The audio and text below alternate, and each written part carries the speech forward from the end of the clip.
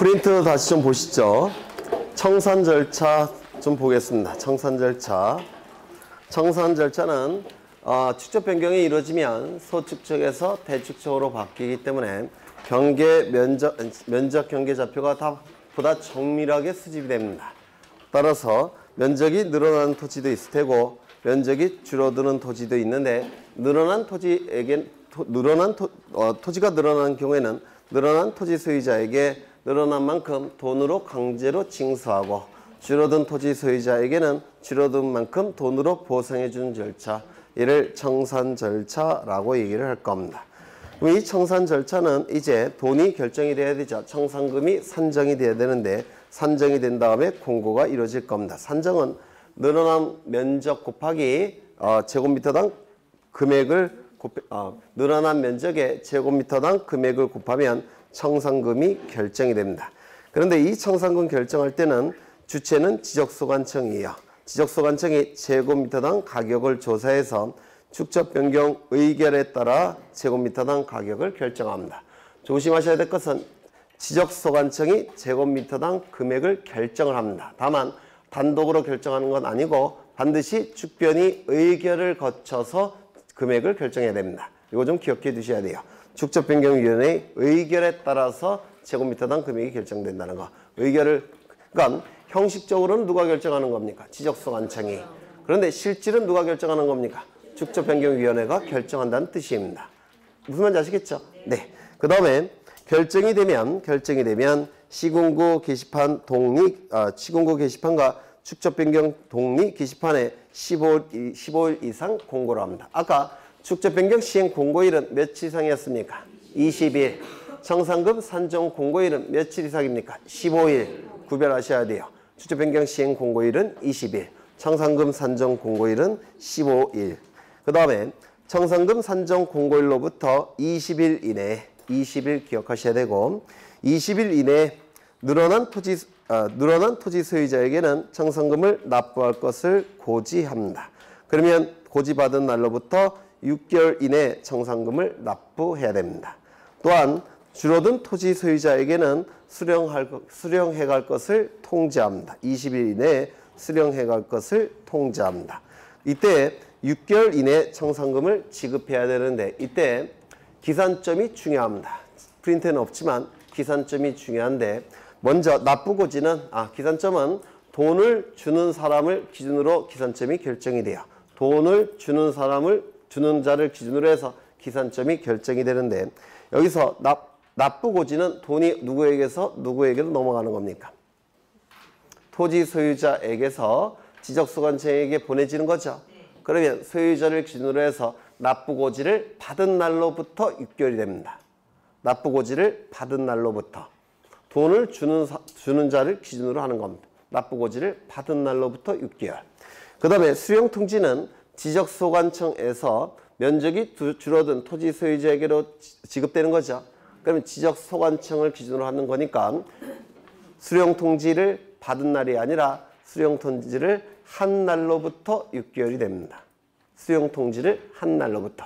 그래서 돈을 주는 자, 그 자를 기준으로 이걸 암기하셔야 돼요. 납부고지를 받은 날로부터 6개월 이내.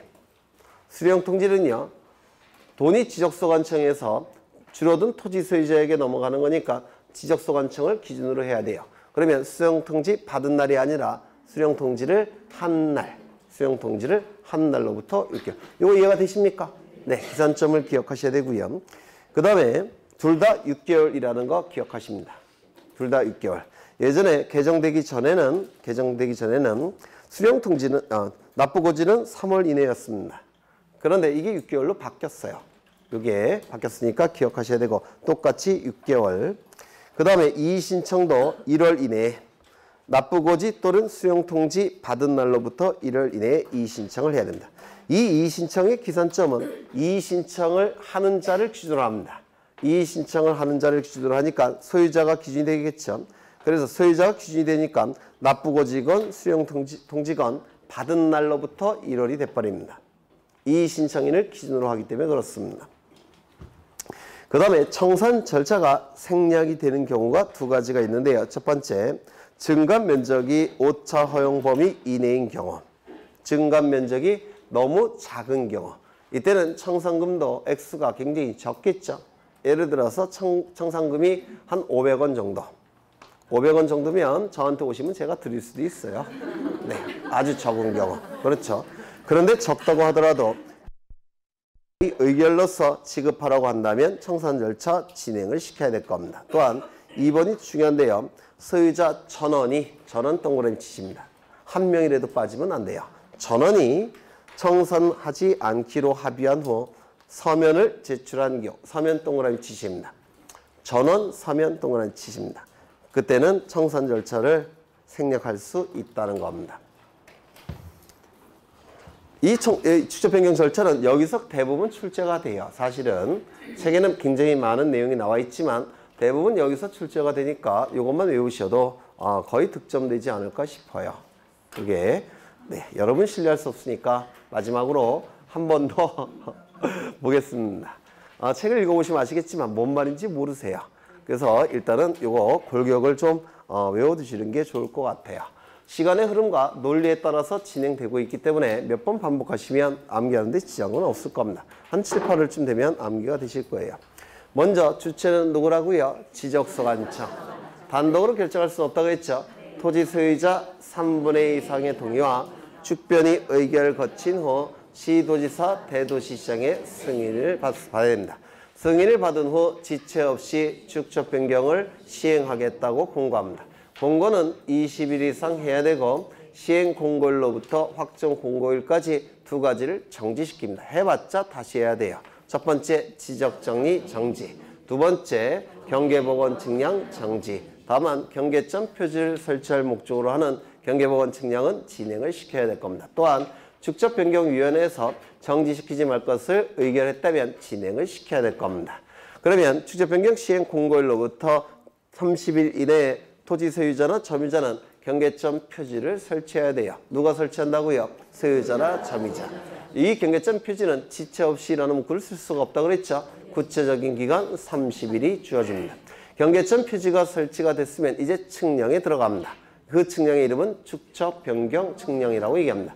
이 축적변경 측량을 통해서 토지의 표시 등을 내부적으로 결정하게 돼요. 원칙은 각 필지별로 지번, 지목, 면적, 경계, 좌표값을 새롭게 정합니다. 다만 예외적으로 축적변경위원회의 의결과 시도지사, 대도시장의 승인이 필요 없는 축적변경이 두 가지가 있는데 두 가지 경우에는 면적만 새롭게 정하고 면적도 축적변경 측량 결과도에 따라서 면적을 새롭게 정합니다. 성과도가 아닙니다. 결과도예요.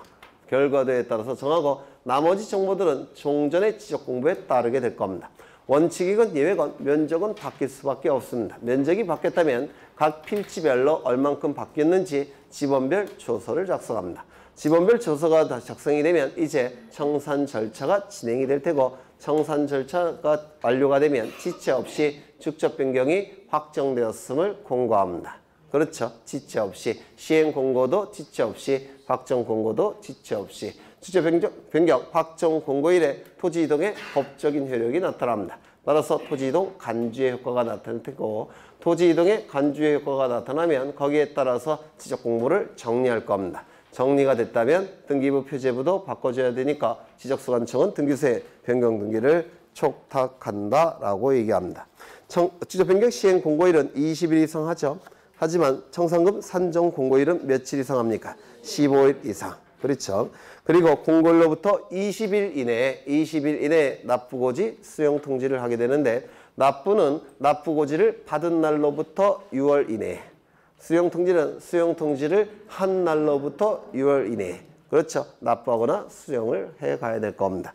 또한 이의 신청 기간은 납부고지 수용 통지 둘 다 이의 신청하는 사람을 기준으로 하는 거니까 납부고지 수용 통지 받은 날로부터 1월 이내에 1월도 시험에 잘 나와요. 1월 이내에 이의 신청을 할 테고 청산 절차가 생략되는 경우가 두 가지가 있죠. 첫 번째 증감 면적이 오차 허용 범위 이내인 경우. 두 번째 소유자 전원이 청산하지 않기로 합의한 후 서면이 반드시 작성이